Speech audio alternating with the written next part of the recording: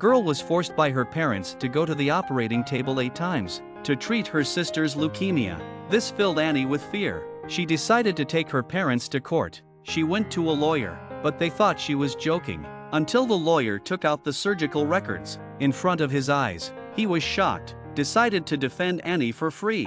Soon after, a subpoena arrived for the mom. The woman slapped Annie right in the face. She didn't care how her little girl felt. After all, she was born to save her sister's life. Over 10 years ago, Susan had a blood test. She was found to have leukemia. Her mother cried her heart out. At the suggestion of the doctor, the two of them conceived Annie through in vitro fertilization, an organ bank that was a perfect genetic match for Susan. With Annie's help, Susan, who should have died, lived to be 18, but she wasn't happy. There was always an indescribable feeling, the pain of her illness, guilt for her family. She had lost all hope, but Susan knew her mother would never allow her to die so easily. In order to take care of her children, her mother quit her job. Her father worked hard to earn a living. He hoped his daughter would one day recover. On this day, Susan had just finished her surgery. Tiredness made her think about dying again. And then, a handsome boy appeared. The two of them soon got together. Dating her boyfriend was the happiest time of her life. It was Susan's 18th birthday. In a beautiful evening gown, the young couple snuggled together sweetly. The father wished he could wait until the day his daughter was married to hand her over to the prince himself. Unfortunately, it didn't last long.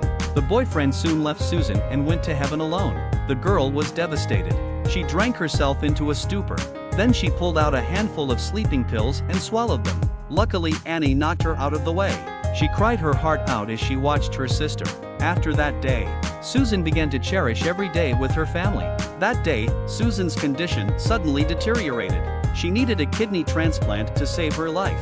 Her mother immediately asked Annie to donate her kidney, but she refused and took her parents to court. The situation took her mother by surprise. At night, the family sat down at the table. Annie said it was true that a kidney wouldn't affect her life expectancy, but she would have to be very careful in the future. When her mother insisted, Annie stormed out of the room in a rage. Her father took her to his workplace. He saw the girl smile when she was with her co-workers. He had mixed feelings. The father decided to honor his daughter's choice. The couple had a huge fight. The mother stormed into the lawyer's office and tried to order the lawyer, as a guardian, to stop assisting Annie. But the lawyer was adamant and listed all the offenses. The two of them had a falling out. Meanwhile, Susan's condition worsened. The doctor advised them to leave the hospital and go home to enjoy their last days together. Looking at her father beside her, she said she wanted to go to the beach. The father and daughter were heading home to pick up her siblings. They bumped into their mother. The woman was furious. She yelled and tried to stop her husband, but the man shoved him aside. Ever since Susan got sick, she's been living in a hospital room. This time her father wanted to fulfill her last dream. They went to the beach. Annie and her brother were playing in the sand. Susan had a smile on her face like she'd never seen before. Then her mother sat down between them. She gave her husband an apologetic kiss. The couple was reunited. The day of the trial came. The mother argued her case in court.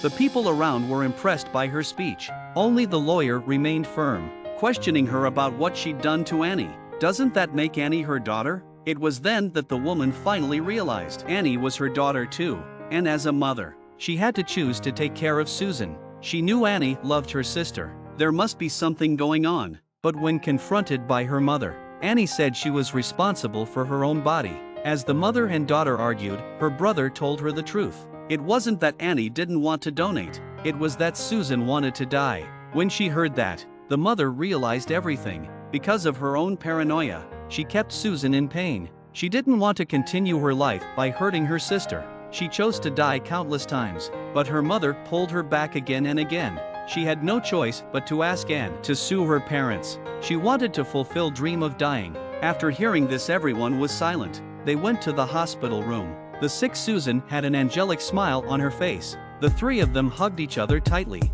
Susan knew she didn't have much time left. She wanted to leave her last moments to her mother. Although her mother was paranoid, she had dedicated her life to herself. The girl handed over the album she had designed. Mom looked through the pages, her daughter's deep love for her. Susan took her mother into her arms and comforted her. That night, Susan left this world.